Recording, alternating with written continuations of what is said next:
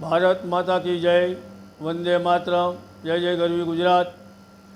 હું કાનાભાઈ પી ગમારા, મોરબી જિલ્લા કિસાન મોરચા મંત્રી બીજેપી।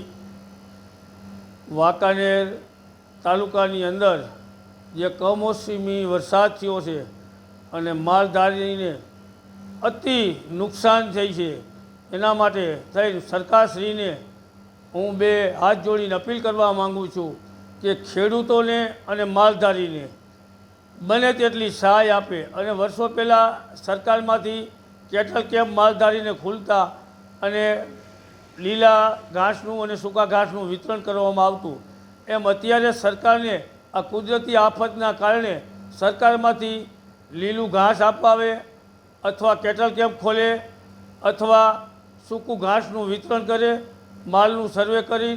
કારણ કે આ માલધારી દેશની અંદર પશુધન છે, જેમ ખેતી પ્રધાન દેશ છે એમ માલધારી એ પણ પશુધન છે। એના માટે થઈને હું સરકારમાં રજૂઆત કરું। 1947 પછી જે વાંકાનેરમાં ધારાસભ્ય જીતુભાઈ સોમાણી આવ્યા બાદ જે 22 પૈસે કિલો ઘાસ સરકારમાંથી મથામણ કરી અને આ માલધારીને અપાયું।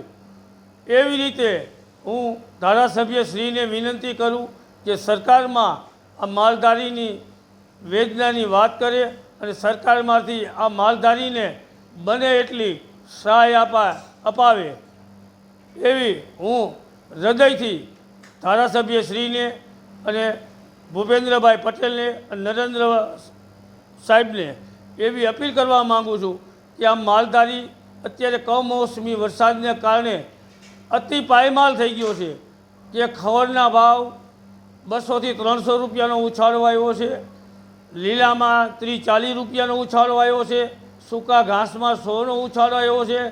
માલને ખાવા માટે પૂરતું ઘાસ લીલું મળતું નથી, દૂધમાં 50% આવક થઈ ગઈ છે, તો માલધારીની અતિ કપરી પરિસ્થિતિ છે।